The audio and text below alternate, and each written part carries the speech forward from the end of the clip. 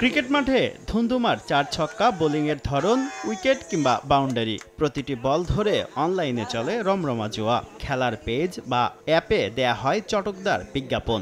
সরকারি হিসাবে দেশে অনলাইন জুয়ায় আসক্ত ৫০ লাখের বেশি মানুষ। সর্বস্ব হারিয়ে অনেকেই জড়াচ্ছেন অপরাধে।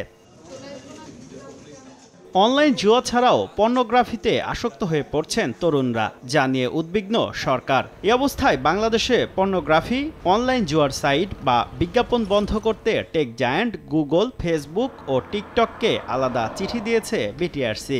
গেল ৩ নভেম্বর পাঠানো চিঠিতে পারিবারিক বিরোধ, আত্মহত্যা সহ আর্থিক ও সামাজিক অবক্ষয়ের পেছনে পর্নোগ্রাফি ও অনলাইন জুয়াকে দায়ী করা হয়।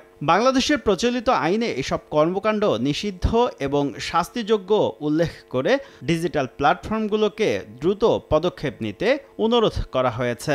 বিটিআরসি থেকে প্ল্যাটফর্মগুলোকে মেল দেওয়া হচ্ছে এবং আরও হবে।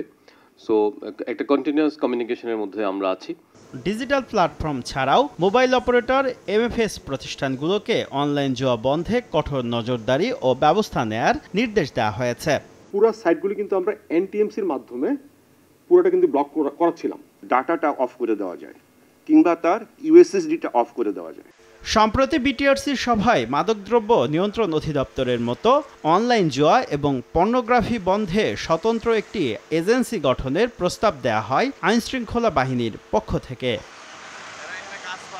শুভ খান, সময় সংবাদ, ঢাকা।